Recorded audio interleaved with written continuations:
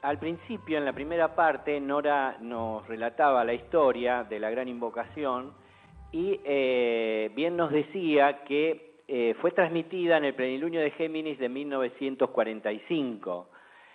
¿Cómo fue esto? Parece ser que Cristo, o el instructor del mundo, uno de los guías de la jerarquía espiritual planetaria, llamó a una reunión general en un lugar de la Tierra y comunicó dos hechos importantes.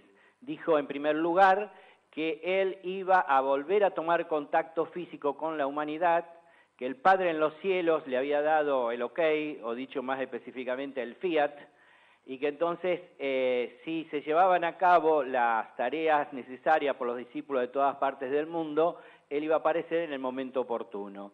Y la segunda comunicación que hizo fue dar la gran invocación a la jerarquía para que sea traducida, cosa que hizo el maestro tibetano con la señora Alice Bailey, publicándose en primera oportunidad en idioma inglés, y esto está relatado en el segundo capítulo del libro de Alice Bailey, La reaparición de Cristo, un libro muy importante con el cual nosotros podemos tomar contacto modernamente, digamos, en esta época, sin investigar lo que nos plantean todas las religiones mundiales, que las principales hablan del retorno de alguien muy importante, que en la cristiana es la segunda venida de Cristo, pero, por ejemplo, en el budismo tibetano se habla de la venida del señor Maitreya, o de Sri Krishna para los budistas, o del Mesías para los judíos, y es un libro para leer porque tiene mucha información.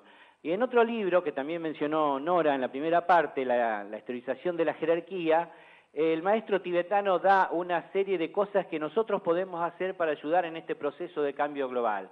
Y él dice, preparar el ambiente para la reaparición de Cristo es el primer y mayor deber.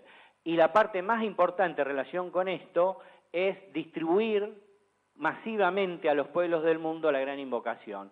Como vemos, en estas dos cosas que venimos mencionando, hace y relaciona estrechamente la reaparición de Cristo con la gran invocación. De ahí el hecho de que en la primera parte se puso el énfasis en la gran invocación y en el poder que tiene para invocar luz, amor y voluntad, y ahora en esta segunda parte vamos a tratar de hablar un poco acerca de la reaparición de Cristo. Entonces, tomando de este libro, hay unas pequeñas cosas que yo les puedo transmitir, no todas, pero dice que no va a aparecer como un bebé, igual que la otra vez, van a ser de chicos, sino que ya va a aparecer de grande, va a aparecer públicamente, no se va a repetir la historia como al principio de la era de Piscis. Entonces hay que sacarse de la mente y dejar de preguntarnos si va a ser igual que aquella vez, y una de esas es que no va a aparecer de chico. Otra es que no va a permitir que lo maten nuevamente. Eso obedecía a dejar un símbolo acerca de la resurrección, pero esta vez, hasta que no estén dadas las condiciones y que él sepa que no va a haber problemas, no va a aparecer. Otra cosa que se dice es que no se sabe si va a ser hindú, europeo, latinoamericano o de cualquier otra nacionalidad. Puede ser de cualquier tipo racial también, puede ser negro, blanco, amarillo o de cualquier otra raza, es decir, no se sabe. También se pregunta si va a ser católico o cristiano Cristo. Aparentemente cuando venga él no va a pertenecer a ninguna religión, pero sí va a remarcar el espiritualismo simple que practican muchas personas hoy en el mundo a pesar de haberse alejado de las religiones, y es el contacto directo del ser humano con su parte interna espiritual y ahí conectar con la parte divina del planeta, con Dios. Otra cosa es que apareció con el sayal blanco en Palestina, hablando de cosas espirituales, así de una presentación de tipo religioso.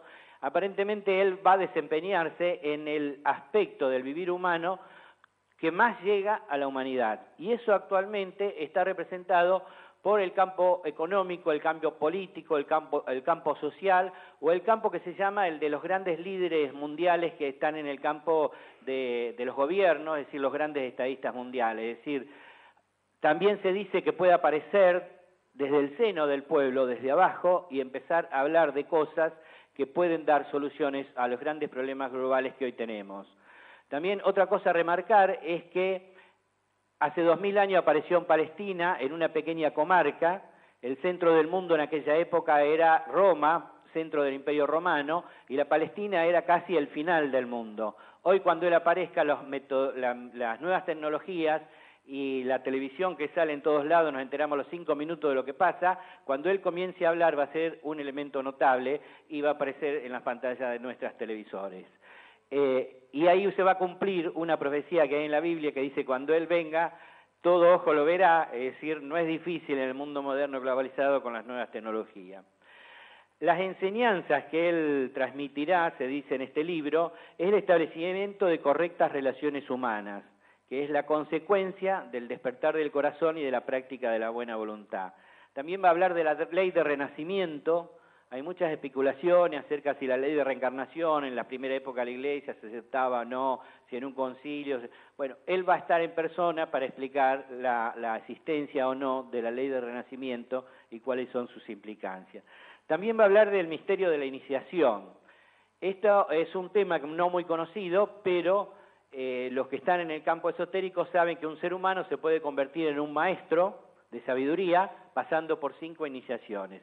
Él va a hablar sobre esa cuestión y que es muy importante. Y la otra enseñanza va a ser la disipación del espejismo. El espejismo en general es la captación errónea en el plano físico, emocional y mental que nosotros tenemos de la realidad.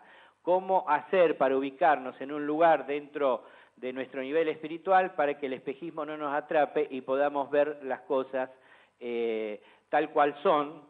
Se dice que prestando atención a todo lo que pasa fuera y dentro de nosotros es la manera de lograr ese estado. Y otra cosa que, para no hacerla más largo, es decir, completo lo pueden leer ustedes en ese libro, La reaparición de Cristo de Alice Bailey, dice que va a venir como guía de la jerarquía espiritual planetaria. Es decir, él fue el Cristo, o el instructor del mundo en la actualidad, fue un ser humano como nosotros, pasó por los mismos problemas que nosotros, se sobrepuso a ellos, pasó por todas las iniciaciones, alcanzó el grado de maestro y hoy ya está en un grado superior al maestro, es un jefe de departamento, es un guía de la jerarquía. Él va a venir como eso, no va a venir. Incluso hace 2000 años él tenía un grado jerárquico, sabía de la existencia de los maestros de sabiduría, lo explicó en su momento a través de parábolas. Él decía: el reino de los cielos o el reino de Dios es de tal manera. En aquella época no se podía hablar de la existencia de los maestros, pero él ahora, como viene con esa misión, mucha información se está dando actualmente y mucha gente está sabiendo que el quinto reino, el reino superior al humano, es el que está constituido por los maestros de sabiduría. Esto requiere que la gran cantidad de seres humanos que habitan hoy la Tierra cambien un poco la dimensión de quién en Cristo. Y ahí hay una pregunta, no sé si... Quería saber, solamente diste por hecho que era un varón, ¿no? Sí. Bueno, esperemos no... Te voy a contestar rápidamente. La dualidad masculino y femenino existe en la etapa humana y en las etapas inferiores a la humana. Cuando se van pasando las iniciaciones y se alcanza la quinta iniciación, el grado de maestro, las energías masculinas y femeninas que están dentro de todos nosotros, seamos varones y mujeres, se equilibran y la energía, en vez de ir por el canal Ida y Pindala, sube por el canal Suksuma hasta el chakra de la corona, en perfecto equilibrio de energías masculinas y femeninas. Entonces el maestro de sabiduría no es ni hombre ni mujer, es un andrógino. Todos los maestros son andróginos. De esa etapa para arriba, es decir, no hay más masculino y femenino.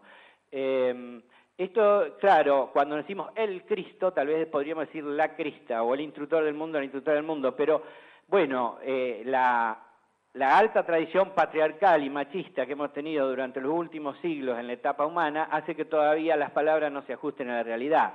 Pero si nosotros tenemos en cuenta que los maestros son andrógino, equilibrio de hombre-mujer, masculino y femenino, nos vamos a dejar de tener esa problemática que está en la etapa humana, ¿no? Que es otra cuestión.